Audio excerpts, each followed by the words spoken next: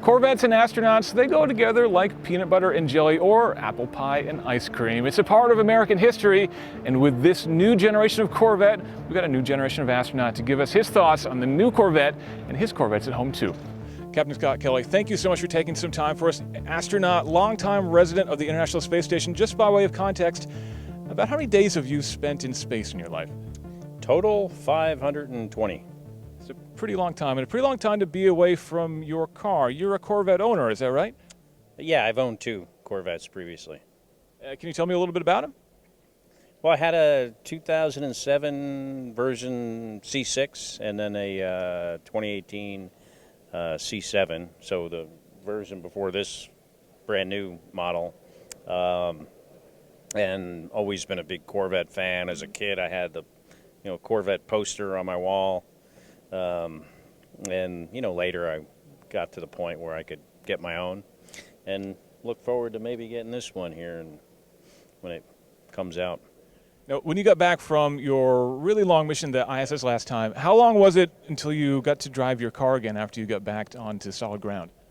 So, you're not really supposed to drive until you get the clearance from your flight surgeon. Usually that's a couple of weeks, but I think I probably drove a little bit before that.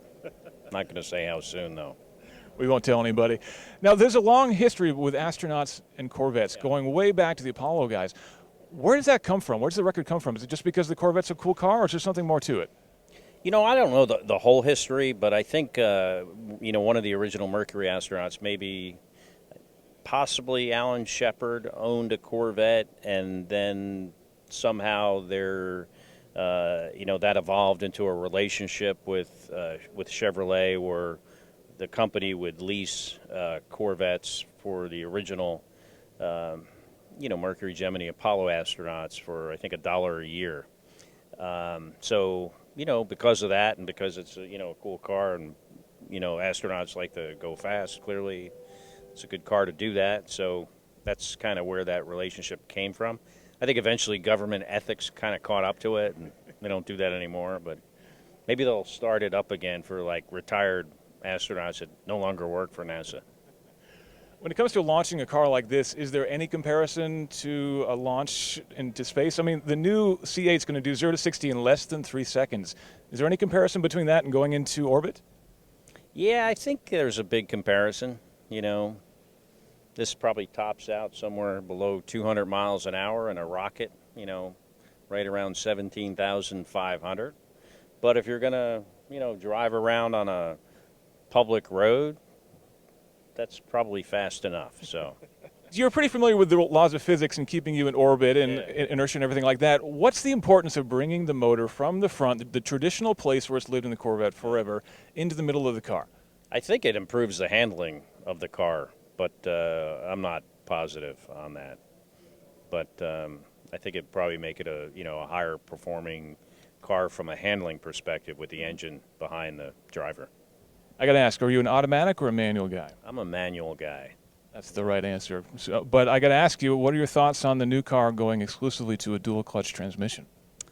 They tell me that I wouldn't be disappointed. So I trust that they're, that's accurate. So hopefully I would like it. My old car had the paddle shifters, and I found, even though I had the automatic, my first one was a manual, second one was an automatic, and I kind of preferred the manual.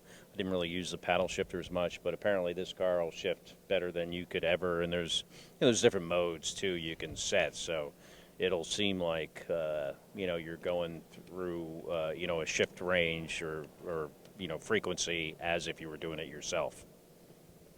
And are you excited to drive the new car? Have you had a chance to go in the C8 yet?